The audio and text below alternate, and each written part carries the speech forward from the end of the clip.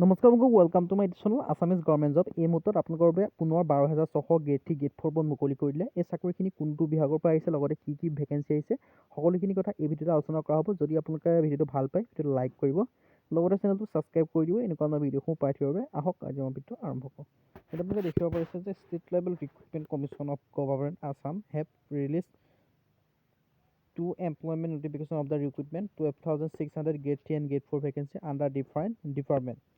Newly consisted Assam Direct Recruitment of ফালৰ পৰা এই ভেকেঞ্চিখিনি আহি গৈছে। ইয়াত আপোনালোকৰ গ্ৰেড 3 আৰু গ্ৰেড 4 ভেকেঞ্চি দেখিবলৈ পাব। আৰু লগতে দেখিব পাৰিছে interested and eligible can may apply details apply online. আৰু ইয়াৰ কাৰণে আপোনালোকে অনলাইন যোগে আবেদন কৰিব পাৰিব।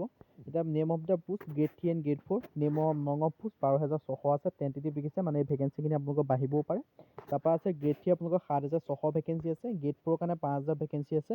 আৰু name of commission state level recruitment commission SLRC এক্সামসমূহ পাতিব।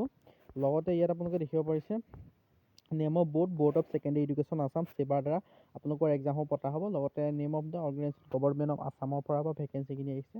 Mode of application process online যোগে আপোনালোকে আবেদন কৰিব লাগিব। স্কেল অফ পে' আপোনালোকে দিয়া হ'ব 2017 অনুযায়ী।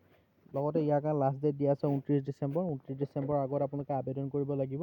আৰু ইয়াৰ কাৰণে এডুকেশ্যন কোৱালিফিকেশ্যনসমূহ দেখিব পাৰিছে। গ্ৰেড 4 আছে, গ্ৰেড 4 কাৰণে 8 লেভেল আছে আৰু 10 লেভেল আছে। 8 লেভেলৰ কাৰণে 1950টা আৰু 10 লেভেলৰ কাৰণে 1060টা আৰু SSLC উইথ ITI 10 লেভেলৰ লগত ITI কৰা সকলে 1990টা। টোটেল আপোনালোকৰ 5,000 ভেকেঞ্চি দেখিবলৈ পাব। আৰু মেক্সিমাম কোৱালিফিকেশ্যন ইয়াৰ কাৰণে মাত্ৰ 12 পাছ যদি কৰি থৈছে তেতিয়া আপোনালোকে আবেদন কৰিব পাৰিব। তাতকৈ যদি ওপৰৰ কোৱালিফিকেশ্যন হয় তেতিয়া আপোনালোকে এই ভেকেঞ্চিখিনিৰ কাৰণে আবেদন কৰিব নোৱাৰিব। আৰু ইয়াৰ কাৰণে গ্ৰেড 3 কেটেগৰী দিয়া আছে। Name of the post to be update letter দিয়া হ'ব।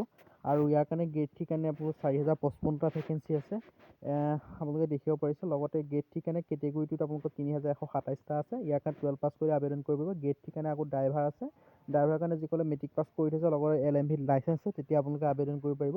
এজ লিমিট দিয়া আছে 18 পৰা 40 বছৰ, কিন্তু আপোনালোকে এজ চিলেকশ্যনো পাব। SC SC বাবে OBC MBC বাবে 3 বছৰ, SC SC বাবে 5 বছৰ, এক্স চাৰ্ভিচমেন বাবে 2 বছৰ, PWD বাবে 10 বছৰ পাব।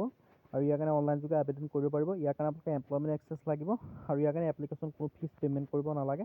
আৰু এপ্লাই কৰিবলৈ যিটো আপোনালোকৰ সেৱা বুলি গুগল বা ক্ৰমত চাৰ্চ কৰি আবেদন কৰিব বা SLRC বুলি চাৰ্চ কৰি আপোনালোকে আবেদন কৰিব পাৰিব। আজি যদি ভিডিঅ' ভাল বুলি লাইক কৰিব, চেনেলটো ছাবস্ক্ৰাইব কৰিব কাৰণে ভিডিঅ'সমূহ পাই থাকিব। আজিলৈ লগ পাম।